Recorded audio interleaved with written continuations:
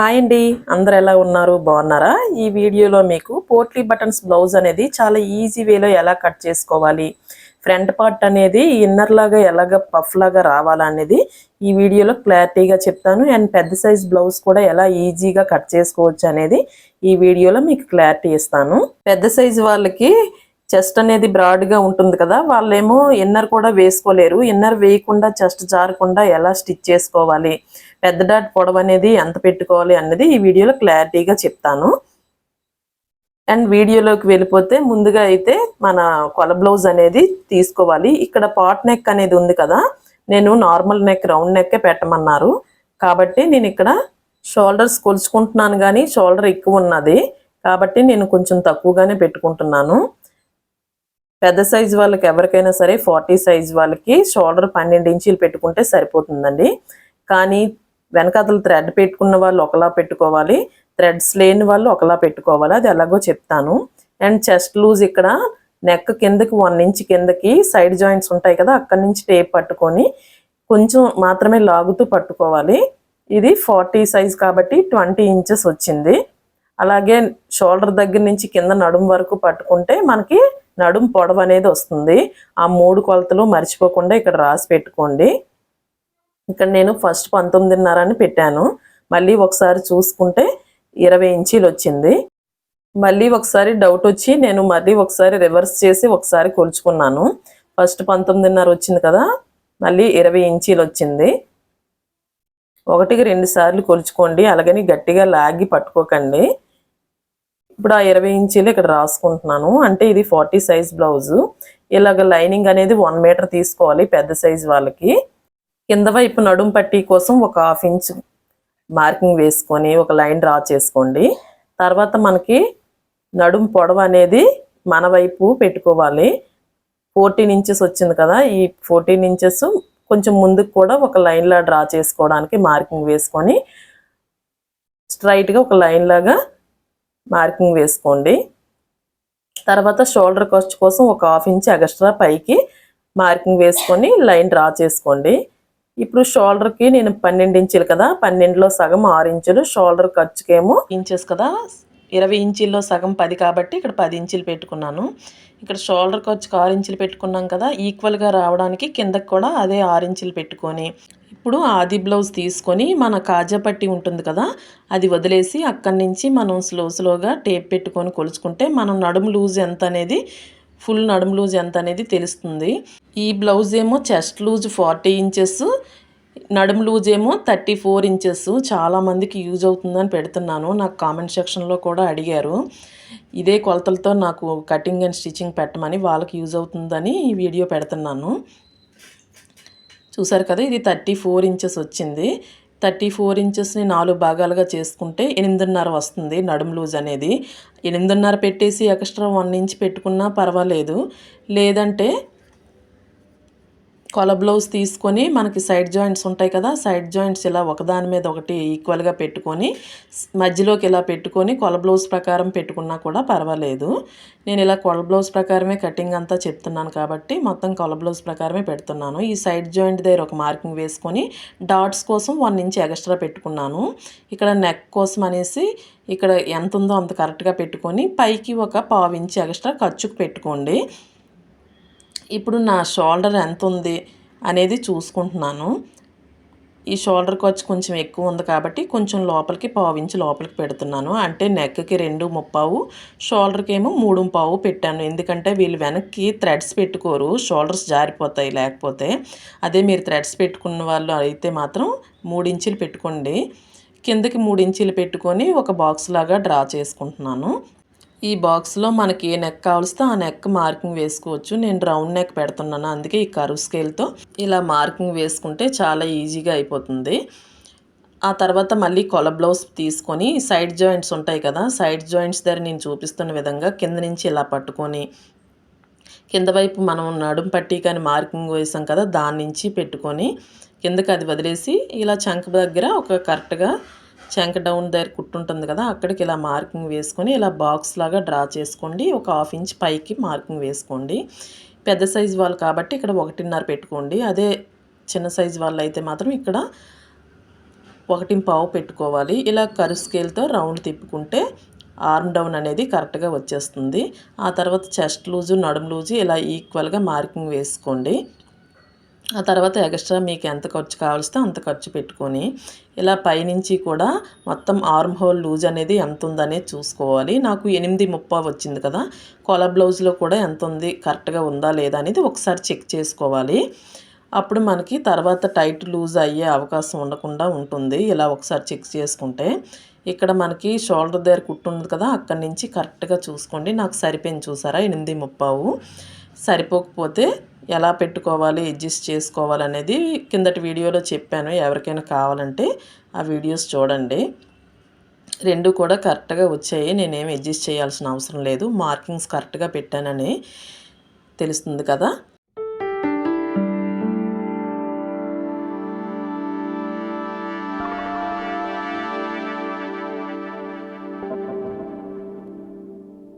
ఇప్పుడు నడుము డాట్స్ కోసం మనం 1 ఇంచ్ ఎక్స్ట్రా పెట్టుకున్నాం కదా, అక్కడ నేను ఇలా సగానికి మధ్యలో ఒక టేప్ పెట్టుకుని ఒక 4 ఇంచుల పొడవు అనేది పెట్టుకొని ఇటు అటు ఒక హాఫ్ ఇంచ్ మార్కింగ్ వేసుకొని ఇలా వేలర్తో రఫ్ చేసుకుంటే కింద వైపు కూడా మార్కింగ్ పడిపోతుంది. ఆ తర్వాత మనం స్టిచ్ చేసేటప్పుడు చాలా ఈజీగా ఉంటుంది. ఇప్పుడు ఎలా అయితే మార్కింగ్ వేసుకున్నామో అలాగే కట్ చేసుకోవాలి. ఇప్పుడు బ్యాక్ పార్ట్ కటింగ్ అయిపోయింది. ఇప్పుడు మనం చెస్ట్ లూజ్ దగ్గర ఒక కట్ పెట్టుకోవాలి. డాట్స్ దగ్గర కూడా కట్ పెట్టుకోండి. నెక్ దగ్గర కూడా ఒక కట్ పెట్టుకోవాలి. ఇలా కింద వైపు నేను చూపిస్తున్న విధంగా పైకి ఒక 1/2 ఇంచు కట్ చేసుకుంటే స్టిచ్చింగ్ చేశాక ఫినిషింగ్ చాలా బాగుంటుంది. అలాగే ఒకవైపు బ్యాక్ పార్ట్ తీసుకున్నాం కదా, రెండో వైపు అనేవి ఎడ్జెస్ సమానంగా ఉండేటట్టు కట్ చేసుకొని ఇలా డబల్ ఫోల్డింగ్లో ఉన్న క్లాత్ని మరో ఫోల్డింగ్ వేసుకొని ఇప్పుడు హ్యాండ్ ఖర్చు కోసం ఒక 1/2 ఇంచ్ అనేది లైన్ డ్రా చేసుకోండి. నేను ఇక్కడ కొల బ్లౌజ్ ప్రకారమే హ్యాండ్ సింపుల్గా ఎలా కట్ చేసుకోవాలో చూపిస్తాను. ఇలా హ్యాండ్ తీసుకొని ఫస్ట్ లూజ్ అనేది ఎంత ఉందో అక్కడ ఒక మార్కింగ్ వేసుకోండి. తర్వాత షోల్డర్ దగ్గర ఇక్కడ కుట్టు ఉంటుంది కదా, అక్కడ ఒక మార్కింగ్ వేసుకొని ఎక్స్ట్రా ఖర్చు పెట్టుకోండి. అలాగే చంక భాగం దగ్గర కుట్టు దగ్గర కూడా ఒక మార్కింగ్ వేసుకొని లైన్ డ్రా చేసుకోండి. పైనుంచి 1.5 ఇంచ్కి ఇలా నేను చూపిస్తున్న విధంగా కర్వ్ తిప్పుకుంటే హ్యాండ్ కటింగ్ అనేది చాలా ఈజీగా వచ్చేస్తుంది. ఒక్కసారి మరొకసారి చూసుకోండి కరెక్ట్గా పెట్టామా లేదన్నది. కింద వైపు చూసారా ఎక్స్ట్రా ఒక 1/2 ఇంచ్ అనేది పెట్టుకున్నాను. మళ్ళీ ఒకసారి టేప్ తోటి ఒకసారి చూసుకుంటే నేను సరిపోయింది కరెక్ట్గా. ఈ కింద వైపు చంక భాగం వైపు నాకు ఎక్స్ట్రా క్లాత్ అనేది అతుక్కోవాలి. ఇప్పుడు ఎలా అయితే మార్కింగ్ వేసుకున్నామో అలాగే కట్ చేసుకోవాలి. వీడియో లెంత్ అయిపోతుందని కొంచెం స్పీడ్గా చెప్తున్నాను. మీకు ఏ పార్ట్ అర్థం కాలేదనిపిస్తే ఆ పార్ట్ మరొకసారి చెప్పమంటే వేరే వీడియోలో చెప్తాను కామెంట్ చేస్తే. ఇప్పుడు ఎక్కడెక్కడైతే మనం మార్కింగ్ వేసుకున్నామో అక్కడ కట్స్ పెట్టేసుకొని ఇలా డబల్ ఫోల్డింగ్లోకి తీసేసుకొని పైనుంచి ఒక 1 ఇంచ్ ఇలా కింద నుంచి ఒక 1 ఇంచ్ ఇలా నేను సింపుల్గానే తీసేస్తాను. మధ్యలోకి ఇలా ఒక 1/2 ఇంచ్కి పైకి ఇలా పెట్టుకొని ఇలా 2 మార్కింగ్లు ఇలా షేప్ ఇచ్చేయండి. అంతే. ఎలా అయితే మార్కింగ్ వేసుకున్నామో అలాగే కట్ చేసుకోవాలి. ఇక్కడ ఒక కట్ పెట్టుకున్నామంటే ఇది ఫ్రంట్ వైపు స్టిచ్ చేయాలని మనకి గుర్తుగా ఉంటుంది. అంతే, హ్యాండ్ కటింగ్ అయిపోయింది, బ్యాక్ పార్ట్ అయిపోయింది. ఇప్పుడు ఫ్రంట్ ఎలా కట్ చేసుకోవాలో చూపిస్తాను. ఇప్పటి వరకు మీరు లైక్ చేయకపోతే ప్లీజ్ వీడియోకి ఒక లైక్ చేయండి.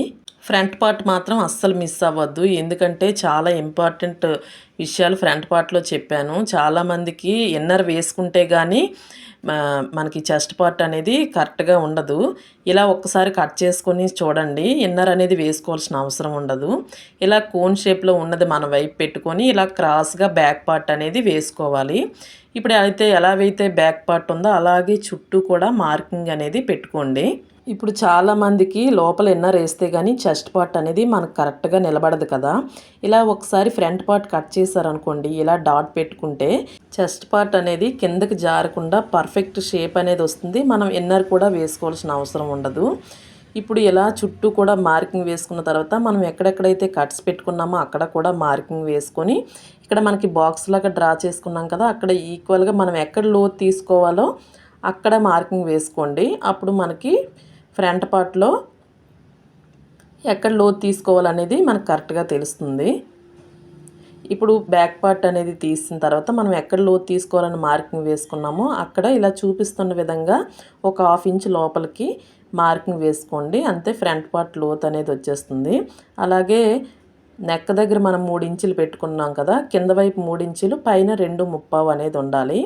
ఇలా మార్కింగ్ వేసుకొని స్ట్రైట్గా ఒక లైన్ డ్రా చేసుకోండి.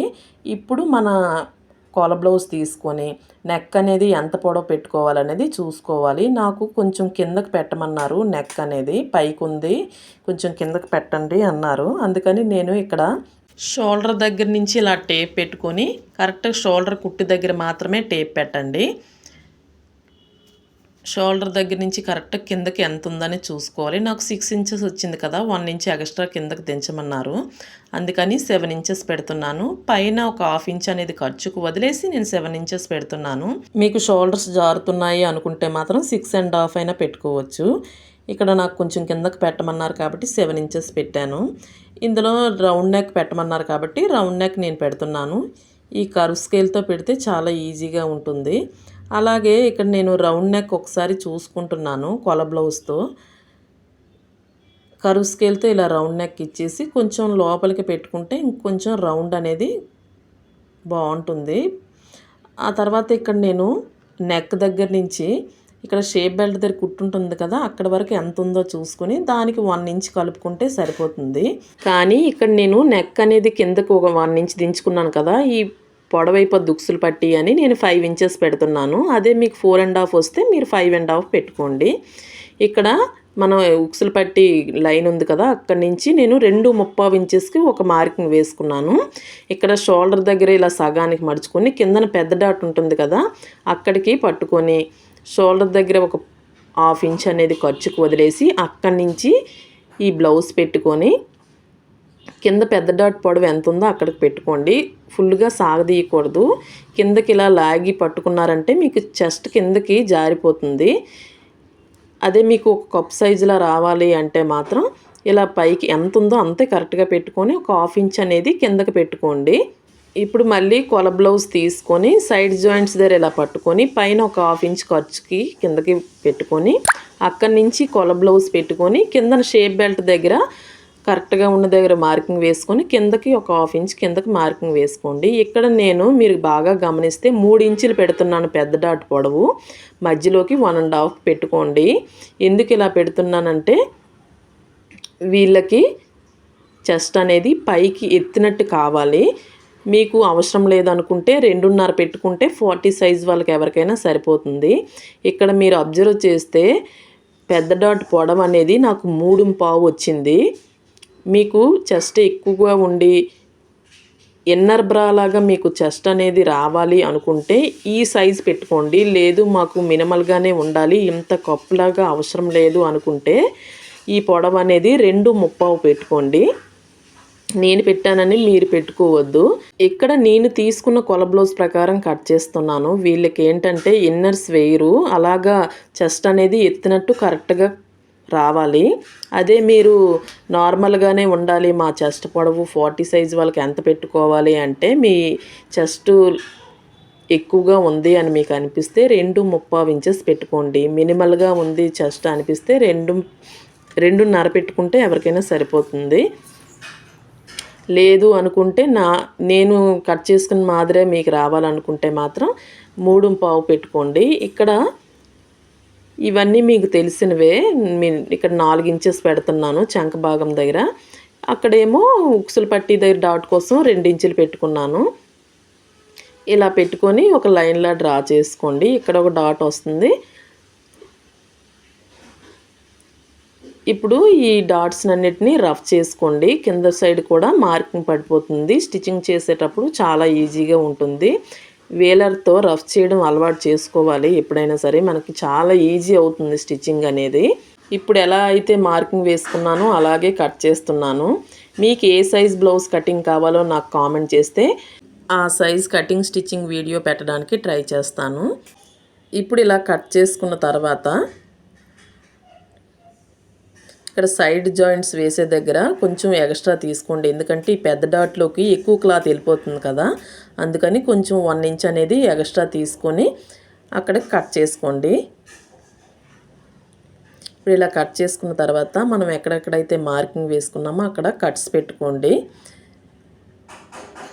చెస్ట్ లూజ్ దగ్గర ఇలాగ చంక భాగం దగ్గర డాట్ దగ్గర మార్కింగ్ పెట్టుకుంటే ఇలా వేలర్తో రఫ్ చేసుకోవడం వల్ల మనకి తర్వాత కొలవాల్సిన అవసరం ఉండదు. రెండు సైడ్ కూడా చాలా ఈజీగా స్టిచ్ చేసుకోవచ్చు. ఇప్పుడు షేప్ బెల్ట్ ఎలా కట్ చేసుకోవాలో కొల బ్లౌజ్ ప్రకారం చూపిస్తాను. కొల బ్లౌజ్ షేప్ బెల్ట్ దగ్గర ఇలా పట్టుకొని ఎంత పొడవు పెట్టుకోవాలి, కొంచెం ఎక్స్ట్రా ఒక 1/2 ఇంచ్ ఎక్స్ట్రా పెట్టుకోండి. ఇప్పుడు ఉక్సులు పట్టీ దగ్గర ఇలా తీసుకొని కింద వైపు ఒక 1/2 ఇంచ్ అనేది ఖర్చుకు వదిలేసి అక్కడి నుంచి ఈ బ్లౌజ్ పెట్టుకొని పైన కుట్టు ఉంటుంది కదా, అక్కడికి ఒక మార్కింగ్ వేసుకొని కరెక్ట్గా పైకి ఒక 1/2 ఇంచ్ ఎక్స్ట్రా పెట్టుకోండి. అలాగే ఇక్కడ పెద్ద డాట్ దగ్గర కూడా అలాగే పెట్టుకోవాలి. ఇక్కడ సైడ్ జాయింట్స్ దగ్గర కూడా సేమ్ అలాగే కిందన 1/2 ఇంచ్ వదిలేయడం, పైన కుట్టు దగ్గర నుంచి పైకి ఒక 1/2 ఇంచ్ ఎక్స్ట్రా పెట్టుకొని మన షేప్ బెల్ట్ లాగా ఇప్పుడు 3 కొలతలు ఇలా కలుపుకుంటే షేప్ బెల్ట్ అనేది కొల బ్లౌజ్ ప్రకారం అయితే కరెక్ట్గా వస్తుంది. నేను అంతా కొల బ్లౌజ్ ప్రకారమే చెప్పాను ఈ కటింగ్ అంతా కూడా. లేదు కొల బ్లౌజ్ లేకపోయినా కూడా ఎలా కట్ చేసుకోవాలో కూడా నెక్స్ట్ వీడియోలో చెప్తాను. ఇప్పుడు షేప్ బెల్ట్ అయిపోయింది కదా, ఈ మిగిలిన క్లాత్లో నడుం పట్టీకి ఇక్కడ నేను స్ట్రైట్ పీసులు తీసుకోవాలి. క్లాత్ ఎక్కువ మిగలలేదు, ఇందులోనే అడ్జస్ట్ చేయాలి. ఈ క్లాత్ అనేది మనకి నడుం పట్టీకి స్ట్రైట్ పీస్ తీసుకోవాలి. ఈ క్లాత్ అనేది సరిపోదు కాబట్టి మరో క్లాత్ తీసుకుంటున్నాను, జాయింట్ చేసుకోవాలి. తర్వాత హ్యాండ్కి జాయింట్స్ క్లాత్లు అతుక్కోవాలని చెప్పాను కదా, దానికి కూడా ఇలా స్ట్రైట్ పీసులు అనేవి తీసుకుంటున్నాను. ఈ 4 పీసులు అయితే సరిపోతాయి. ఆ తర్వాత షేప్ బెల్ట్కి డబల్ ఫోల్డింగ్లోనే తీసాను కాబట్టి మరో క్లాత్ అనేది తీసుకుంటున్నాను.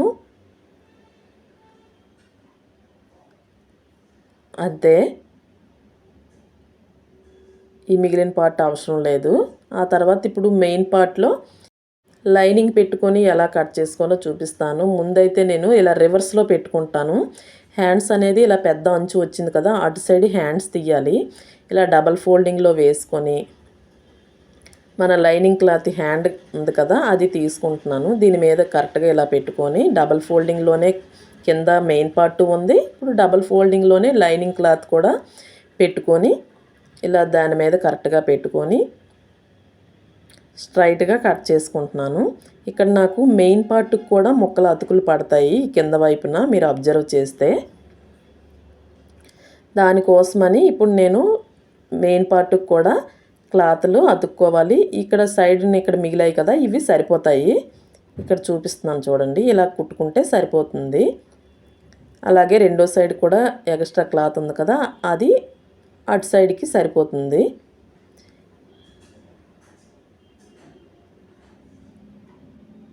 ఇప్పుడు హ్యాండ్స్కి అతుక్కోవలసిన ముక్కలు కూడా నేను అందులోనే పెట్టేసుకుంటాను.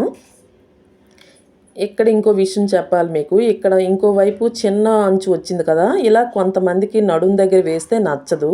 ఒకసారి కస్టమర్ని అడిగేసి వేసుకోండి. ఇక్కడ నా కస్టమర్ అయితే నడుం పట్టీకి ఈ అంచు వేయమన్నారు కాబట్టి నేను ఈ అంచుతో పాటు బ్యాక్ పార్ట్ అనేది నేను కట్ చేసుకుంటున్నాను. మీకు వద్దంటే ఆ అంచు వదిలేసి పైకి పెట్టుకొని ఈ బ్యాక్ పార్ట్ అనేది ఇలాగా ఫోల్డింగ్లో ఉంటూ డబల్ ఫోల్డింగ్లో వేసుకొని కట్ చేసుకోవాలి. చుట్టూ ఒక 1/2 ఇంచ్ ఎక్స్ట్రా పెట్టుకొని కట్ చేసుకోండి. మీరు ఈ వీడియో ఇప్పటి వరకు లైక్ చేయకపోతే ప్లీజ్ లైక్ చేయండి, ఎందుకంటే మీలాగే ఇంకొంతమందికి ఈ వీడియో ఉపయోగపడాలి కదా. ఇక్కడ నడుం పట్టీకి మనం పీసులు తీసుకున్నాం కదా, స్ట్రైట్ పీసులు, అవి ఇందులోనే పెట్టుకుంటే మనకి స్టిచ్ చేసేటప్పుడు ఈజీగా దొరుకుతాయి. ఇప్పుడు మిగతా పార్ట్లు ఉన్నాయి కదా, అందులో మనం ఫ్రంట్ పార్ట్ స్టిచ్ చేయాలి. ఇలా క్రాస్ పీసే తీసుకోవాలి, స్ట్రైట్గా పెట్టకండి. ఫ్రంట్ పార్ట్ అనేది క్రాస్గానే మనం లైనింగ్ కట్ చేసుకున్నాం కదా, ఇప్పుడు మెయిన్ పార్ట్లో కూడా ఇలా క్రాస్గా ఒకదాని మీద ఒకటి పెట్టి చుట్టూ కూడా ఒక 1/2 ఇంచ్ ఎక్స్ట్రా ఉంచుకొని కట్ చేసుకోండి. ఈ విధంగా ఒక్కసారి మీరు ట్రై చేయండి. కొంచెం ఎక్కువగా చెస్ట్ ఉన్నవాళ్ళు ఎన్నర్స్ అందరూ వేయలేరు కదా, కానీ చెస్ట్ అనేది కిందకి జారినట్టు రాకుండా ఉంటుంది. ఇలా ఒక్కసారి కానీ మీరు కట్ చేసుకుని స్టిచ్ చేసుకున్నారంటే చాలామందికి ఈ ఇబ్బంది ఉంటుంది, అందుకే చెప్తున్నాను. ఇలా చుట్టూ కూడా ఎక్స్ట్రా ఉంచుకొని కట్ చేసుకొని షేప్ బెల్ట్ కూడా ఇలా పెట్టుకొని మిగతా క్లాత్లో డబల్ ఫోల్డింగ్లో ఉన్న క్లాత్ని తీసుకొని ఇలా కట్ చేసుకుంటున్నాను. ఈ వీడియోలో మీకు కటింగ్ చెప్పాను కదా, నెక్స్ట్ వీడియోలో పోట్లీ బటన్స్తో పైపింగ్తో సహా ఎలా మనం స్టిచ్చింగ్ చేసుకోవాలి అనేది నెక్స్ట్ వీడియోలో చెప్తాను. ఈ వీడియో మీకు ఎలా అనిపించిందో కామెంట్ చేయండి. ఇలా పోట్లీ బటన్స్ ఎలా తయారు చేసుకోవాలి, ఎలా నెక్కి స్టిచ్ చేసుకోవాలి అనేది నెక్స్ట్ వీడియోలో క్లియర్గా చెప్తాను. Okay, bye.